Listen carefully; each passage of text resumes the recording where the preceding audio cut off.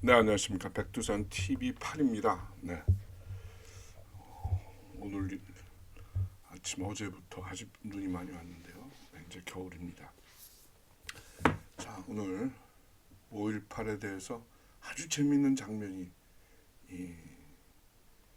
을 발견했습니다. 그걸 하나 소개시켜 드립니다. 이 장면은 보이시죠? 최근에 발간된 책입니다. 새 책입니다. 정담 대표가 쓰신 김대중과 청주회 국정원장들이 대남 적화공장 이런 내용입니다. 여기에 나와 있는 아주 5.18의 성격을 바로 알 수 있는 그 장면입니다. 그걸 하나 소개시켜드리겠습니다. 네. 저는 이런 장면 처음 봤는데요. 네, 여러분들은 어떠신지 모르겠습니다. 장군 두 명이 광주에서 권총을 뽑고 서로 기싸움, 격돌을 합니다. 그거에 대한 내용입니다. 정교사 부사령관입니다. 광주에 주둔하는 소장이 압박 조사를 받다가 권총을 뽑아서 저항을 하는 그런 장면입니다. 상대는 보안사 준장입니다. 네. 참, 네. 이게 무슨 뜻인지 같이 보시죠. 왜 권총을 뽑으면서 뭘 숨기려고 이렇게 커다란 몸짓을 하는 건지 참 궁금합니다. 자, 그 내용입니다. 5월 20일 날 폭동이 진행 중인 광주시 주둔 전투교육사령부에서는 소위 국군장성 2명입니다. 이 국군장성 둘 중에 하나는 국군장성이라고 할 수 없는 모습이에요. 그래서 제가 소위라고 넣었는데요. 소위, so called. 이 둘 모두 권총을 빼들고 활극을 벌입니다. 한 사람은 김기석 31년생 정교사 부사령관, 또 한 사람은 보안사령부 기획조정처장, 조정실장이라고도 하는데요. 최예섭 준장 간의 무장 몸싸움입니다. 김기석 소장은 31년생, 최예섭 김김석 소장은 31년생, 최예섭 준장은 29년생입니다. 네. 별들의 전쟁이에요. 참 웃깁니다. 이거 보세요. 자, 김기석 부사령관은 계엄사령부 전남부 계엄분소의 분소입니다. 정교사가 거기에 부사령관이에요. 광주시 일대 소요를 철저히 파악 대응해서 안전과 질서를 확보할 그런 책무가 있습니다. 반면 이 서울에서 내려온 보안사 준장 최섭 준장은 광주지구 보안부대의 상황 보고 및 조치가 위협하다라는 지적에 따라서 19일 광주에 도착합니다. 그래서 상황을 점검하고 무엇이 잘못됐는지 파악하는 중이었어요. 그런데 이 둘의 대립은 5.18 성격을 이해하는데 중요한 장면입니다. 만약에 과연 이게 민주화 투쟁이었다면, 민주화 운동이었다면 이런 장면이 일어날 수 없다, 이렇게 저는 생각합니다. 이게 새 책, 정담 대표가 쓴 김대중과 청주회 국정원들의 대남 적화공장이라는 책에 나와 있는 장면입니다. 자, 요거는 제가 그 인터넷을 검색했더니 94년 검찰 수사 기록에서 광주의 5월 19일 상황에 대해서 보안사가 판단하고 있는 그 구절이 있습니다. 19일 보안사는 광주지구 보안대의 상황 보고 및 조치가 미흡하다는 전두환 보안사령관의 지적에 따라서 보안사 기획조정처장 최예섭 준장을 광주에 파견합니다. 그래서 16시경에 송정리 비행장에 도착한 최예섭 준장은 이재호 광주지구 보안부대장의 건의를 받고 보안사의 연행자 조사 요원과 예산 지원을 요청하였습니다. 그리고 보안부대장실 옆방에 머물면서 광주 상황을 보안사에 보고하고 정교사 작전회의에 참가하는 등을 하다가 27일 오후에 보안사로 복귀를 합니다. 그런데 그 과정에서 20일 날 이런 총격돌이 일어납니다. 자, 그러면은 김 소장과 최 준장은 왜 권총을 빼들고 싸움을 벌였나? 이 관련 부분을 같이 보시죠. 자, 이 책에서 237쪽입니다. 여기입니다. 5월 20일 오전 보안사 최예섭 준장이 19일 나주에서 신고된 군용 차량의 무기고 탈취 사건을 조사하기 위해 정교사 작전 장교들에게 그 사실에 대해서 다그친다. 나와 있죠. 정교사 장성들과 장교들은 보안사 준장이 직접 와서 19일 군용 차량의 나주 예비군 무기고 탈취 사건을 압박해 나가자, 아는 대로 설명하라고 압박해 나가자, 반란 사건이 드러난 줄 알고 전전긍긍하면서 답변을 못하고 있었다. 숨기고 있었던 거예요. 이 책에서는 이렇게 반란 사건이 드러났다. 자신들의 반란 사건이 드러났다고 장성과 장교들이 정정긍긍하고 있는 거예요. 이야. 이때 바로 부사령관 김기석 장군이 계급을 내세우면서 권총을 빼고 들었고 보안사 최혜섭 준장을 위협하면서 조사를 방해하자 이 준장 자식이 서울에서 내려와서 왜 지금 계엄 업무하고 있는데 어쩌니 저쩌니 했겠죠. 그러니까 최혜섭 준장도 권총을 빼들고 격돌하는 상황이 되었습니다. 다른 장군들의 만리로 일단락되면서 보안사의 조사도 중단되었다. 보안사의 최혜섭 준장이 하고 있는 조사도 중단이 되었습니다. 이 사건이 바로 김기석 부사령관에 공개된 첫 번째 행적이다. 이렇게 얘기하고 있습니다. 이 의심스러운 소위 청주회 멤버, 특히 청주회 중에서 붉은 세포로 의심되는 김기석 부사령관의 공개된 첫 번째 행적인데 이 보안사의 조사를 파토나게 했다 이겁니다. 네? 자, 근데 왜 이런 일이 일어났는가? 자, 보십시오. 그 전말은 이렇습니다. 하루 전인 5월 19일 오후 전남 나주경찰서 금성파출소 예비군 대대 무기고에서는 군용 트랙 2대를 사용한 무기고 강탈 사건이 발생합니다. 여기입니다. 이게 뭡니까 몇 년 전의 모습인 것 같아요. 이를 목도한 한 시민이 이를 서울에 신고합니다. 게다가 이날 사용된 군용 트럭은 하루 전인 5월 18일 날 광주 아시아 자동차 공장에서 탈취한 5톤 군용 군안 트럭과 2.5톤 군용 트럭인 것이 확인이 됩니다. 그날 5월 18일 날 탈취한 트럭이 군용 트럭 2대가 사용됐습니다. 라는 것이 19일 날 사용됐습니다. 그날 19일 날 확인되지는 않았지만 20일 날 혹은 21일 날 확인이 되는 겁니다. 자, 서울에서 이 신고를 받은 보안사는 이상하지 않습니까? 지역 광주지구 보안대로부터 상황 보고가 올라오지 않은 것을 이상히 여기고 조사를 위해서 최혜섭 준장을 급히 현지로 파견한 것입니다. 그런데 최 준장이 조사를 진행하던 과정에서 이에 김기석 부사령관이 총을 빼들고 계급을 내세우며 달려든 정황인 겁니다. 제대로 설명을 못하는 거죠. 왜 19일 날 이런 신고가 안 들어왔느냐? 왜 상황 파악이 안 됐느냐? 신고가 들어왔다면은 어떤 조치를 취했느냐라고 다그치고 있는 겁니다.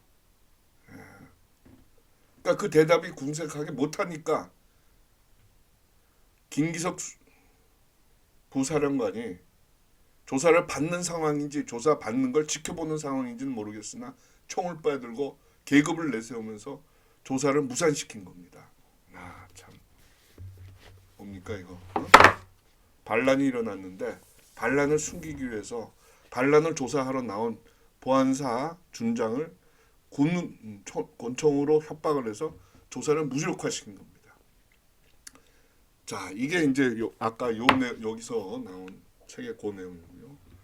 같은 내용이 요 1권, 그죠? 작게 80518에도 나옵니다. 거기에는 여기랑 조금 상황이 다릅니다만은 그 권총 싸움이 있었던 것은 맞습니다. 거기 내용을 소개시켜 드립니다. 먼저 나주경찰서 예비군 무기고 피탈 상황입니다. 여기 이 책 55쪽에 나옵니다. 아시아 자동차에서 생산한 군용 트럭 2대가 질주하며 예비군 대대 무기 쪽을 향해서 소음을 내며 달립니다. 잠시 후 무기고 블록 담장이 굉음과 함께 대형 군안 트럭 5톤 트럭이죠. 이 전진 충격으로 무너졌고 재차 충격을 가하자 삽시간에 무기고 담장은 박살이 나고 뒤이어 요란한 총성이 울려 퍼집니다. 무기고 기습을 하는 사람들은 얼굴이 익은 김대중 쪽 정치 조직 사람들이 많았습니다. 또 전혀 얼굴을 모르는 장발의 젊은 남자들도 뒤섞여 있었습니다. 피신에 숨어 있었던 경찰관들이 김대중의 반란이다라고 수군거렸습니다. 자, 무기고 피탈 상황입니다. 오후 3시에 결국 예비군 무기고 대대가 피습당했는데 M1 칼비소총 1700정, 중화기 LMG-30, LMG-50 기관총 다수, 수리탄이 든 상자들이 통째로 뺏긴 겁니다. 이것이 누구한테 넘어갔습니까? 여장 지휘관이 파견한 특공조, 그러니까 북한 특수군을 지휘하고 있는 이일설 중장이 지휘하는 북한 특수군한테 넘어갔습니다. 그리고 북한 김대중 사조직한테 넘어간 겁니다. 이런 상황이 있었는데 왜 보안사에서 광주 보안부대에서 이게 신고를 받았으면 대응을 했는지, 왜 상황 파악은 안 된 건지 이런 거를 따지고 캐고 묻고 있었습니다. 아, 우리가 뭐 실수한 것 같다 이런 게 아니라 총을 빼들고 대들었어요. 자, 여긴 81쪽에 보안사의 서울 보안사령관의 사령부의 의심을 받는 정교사의 모습입니다.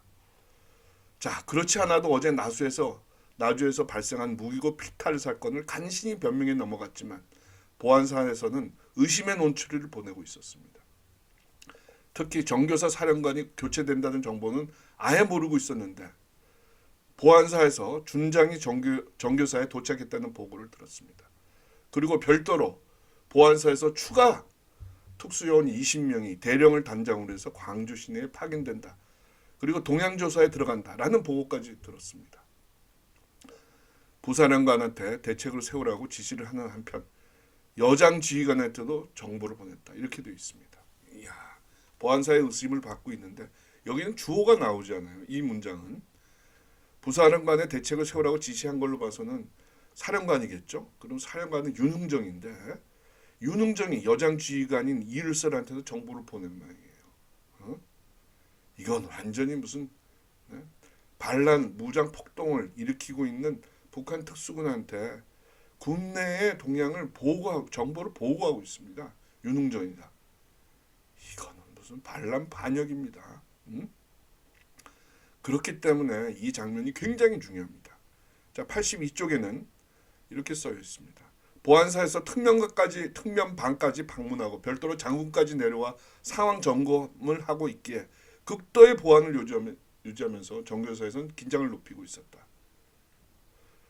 자, 보안사에서 내려와 동향을 살피던 준장이 어제 나주에서 벌어졌던 일을 조사하다가 여의치 않자 부사령관에게 권총을 빼들고 달려들었고 이에 부사령관도 권총을 빼들고 큰소리쳤지만 다행히도 부사관들의 만류로 불상사는 없었다. 자신들이 의심받을 수도 있다는 사실을 깨닫고 경각심을 높이면서 오늘 밤에 시내 양동작전에 만전을 기할 수 있는 병력 배치를 해놓고 그 정보를 여장지휘관 이일설한테 보냈다. 그러니까 이거는 뭡니까? 약간 차이가 있죠. 조사를 하다가 최혜섭 준정이 하도 엉뚱한 소리를 하니까 조사받고 있는 부사령관 김기석 소장한테 총을 빼들고 달려들었다. 이렇게 적고 있습니다. 그러니까 앞에 책의 서술과는 먼저 뽑은 사람이 다릅니다. 그죠? 어쨌든 간에 총을 뽑은 건 사실입니다. 서로 간에 총을 뽑으면서 격돌을 했습니다. 어떤 과정에서? 왜 19일 날 나주 파출소에서 일어난 나주 경찰서 금성 파출소 예비군 무기고 대대의 무기고 피탈 사건에 대해서 왜 신고를 받았는지, 신고를 받았으면 어떤 조치를 취했는지, 신고를 안 받았으면 동향파악은 됐는지 등을 이렇게 물은 겁니다. 왜냐하면 서울로는 신고가 왔으니까요.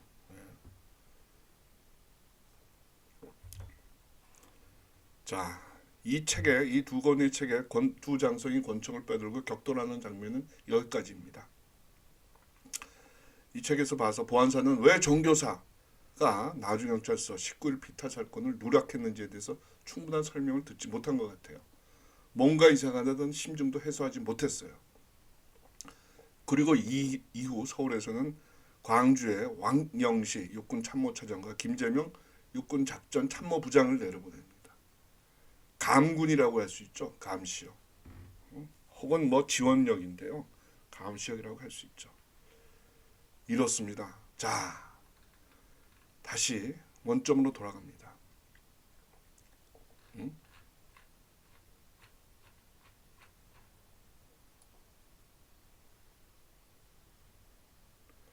여기 뭐라고 써 있죠? 이건 나중에 설명드리겠습니다.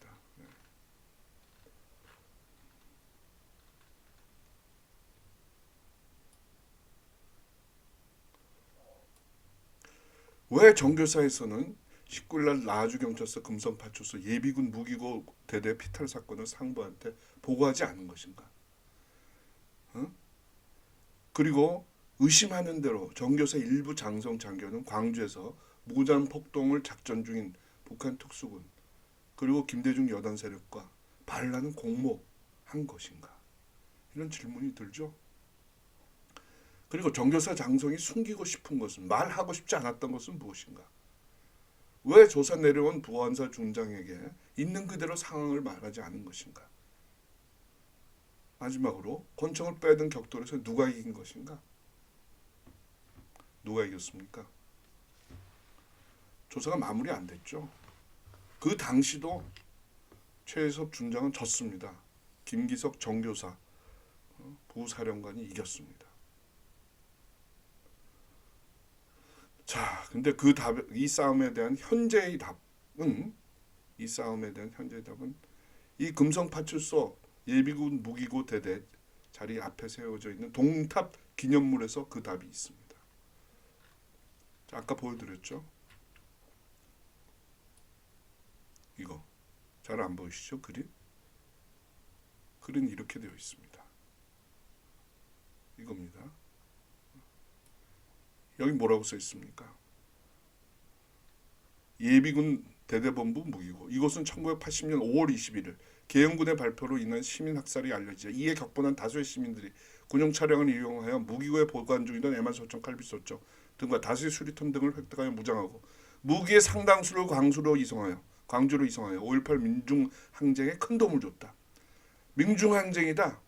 계엄군이 먼저 발표했다. 그리고 여기는 5월 20일 날 발생했다. 이렇게 적고 있어요. 자, 계엄군이 먼저 발표했는지 학살을 했는지는 여기서 따지지 않겠습니다. 이것도 먼저 발표하지 않고 학살 사실도 없습니다. 그러나 확실한 것은 예비군 대대본부 무기고의 피탈 시점은 21일이 아니라 19일입니다. 그런데도 불구하고 이렇게 21일로 이틀을 늦춰서 고쳐놨어요. 누가 이겼습니까? 김기석 부사령관이 원하는 대로 기념탑이 이렇게 세워져 있는 겁니다. 아마 기념탑이 세워져 있을 때 김기석 부사령관은 살아 있었을 거예요. 지금은 돌아가신 걸로 알고 있습니다만. 예? 자,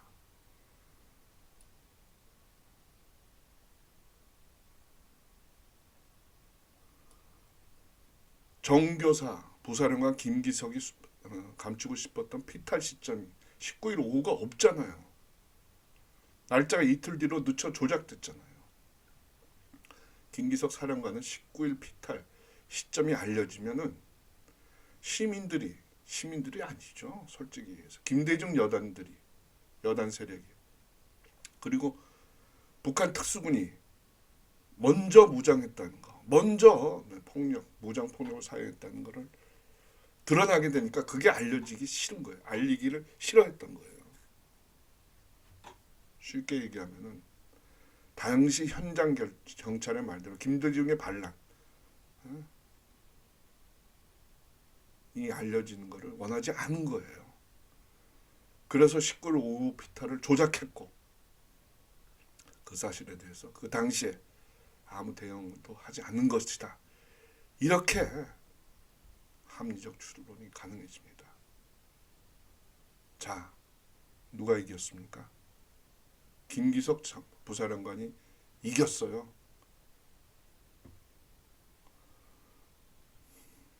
그런데 그 조작된 승리의 피해자는 누굽니까?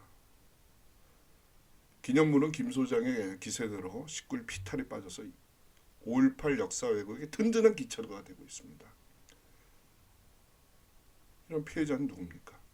이런 은폐, 조작이 각 사건, 각 정황에서 모이고 모여서 북한 특수군, 김대중 여단 세력의 반란, 5.18 반란, 무장 전쟁이라는 진실은 사라지고 민중항쟁, 민주화 운동이 되어버렸어요. 그 자리에 올라서 지금 5.18 무장 폭동 전쟁은 대한민국을 호령하고 있습니다. 네?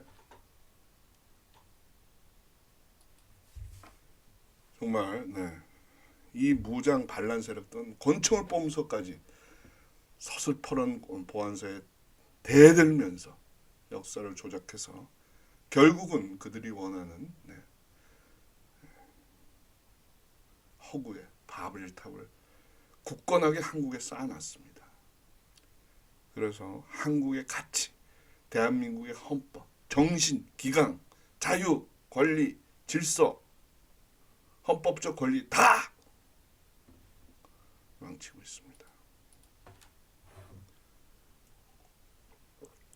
그 사실을 극명하게 보여주는 게 바로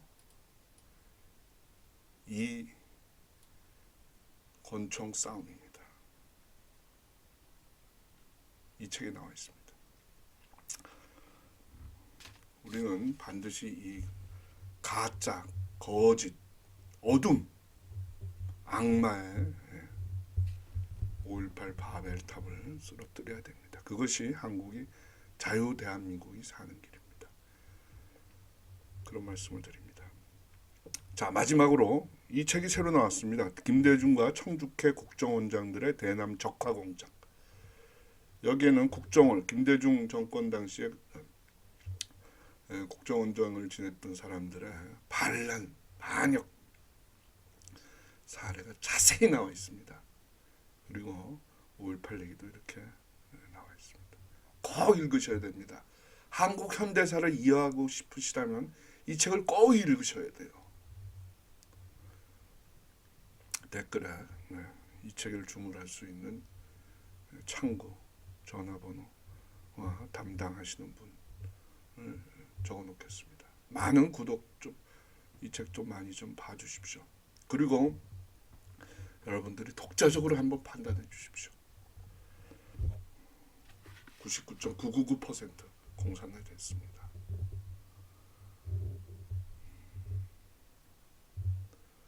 네, 백두산 TV 8입니다. 많이 구독, 좋아요, 공유, 알림 부탁드리겠습니다. 다음 시간에 뵙겠습니다. 감사합니다.